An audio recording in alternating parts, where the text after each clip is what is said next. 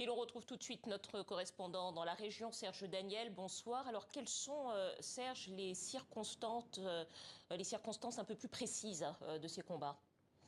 Alors tout a commencé lorsque l'armée malienne, appuyée par les mercenaires russes, ont fait éruption dans la localité de Tezawaten, qui est une localité malienne, mais située non loin de la frontière avec l'Algérie. Dans un premier temps, on dirait que c'était pour tester un peu les rebelles, pour voir leur capacité.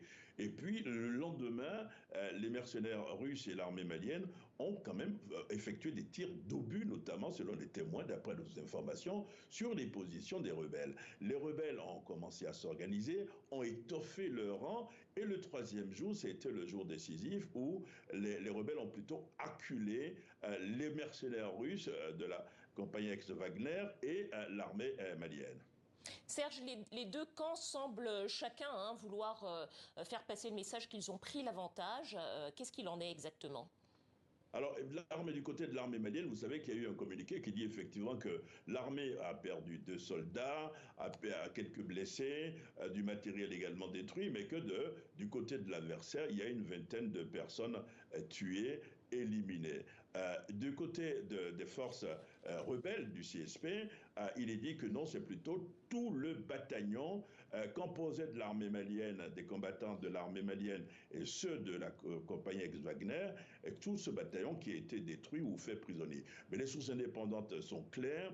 Il est clair que les adversaires, les forces qui étaient en face des rebelles du CSP ont plutôt perdu la bataille. Peut-être pas la guerre, mais ont perdu la bataille parce qu'ils ont été obligés de faire retour, de retourner, de rebrousser chemin, et que c'est plutôt maintenant les forces rebelles du CSP qui, sur ce point-là, ont pris l'avantage. Alors justement, les rebelles du CSP disent avoir des prisonniers russes. On a vu d'ailleurs des images sur les réseaux sociaux.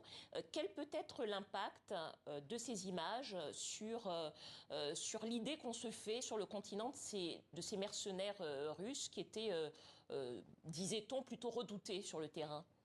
Oui, très redoutés. Ils ont connu, par exemple, au Mali, leur heure de gloire en novembre dernier, lorsqu'ils ont repris, avec l'armée malienne, des mains de la rébellion, la localité de Kidal. Vous avez vu les colonnes de véhicules, le dispositif militaire, sécuritaire, les appareils sophistiqués. Et là, on découvre que ce sont des hommes comme tout le monde. On a vu, vous avez parlé des images, non seulement les images, mais il y a des témoignages de sources indépendantes qui disent qu'effectivement, il y a des Russes mercenaires qui sont arrêtés. Donc, c'est un peu un mythe qui s'écorne. Je ne dirais pas la fin d'un mythe, mais c'est un coup dur quand même pour les mercenaires russes. Serge Daniel, correspondant de TV5 Monde au Sahel. Merci à vous, Serge.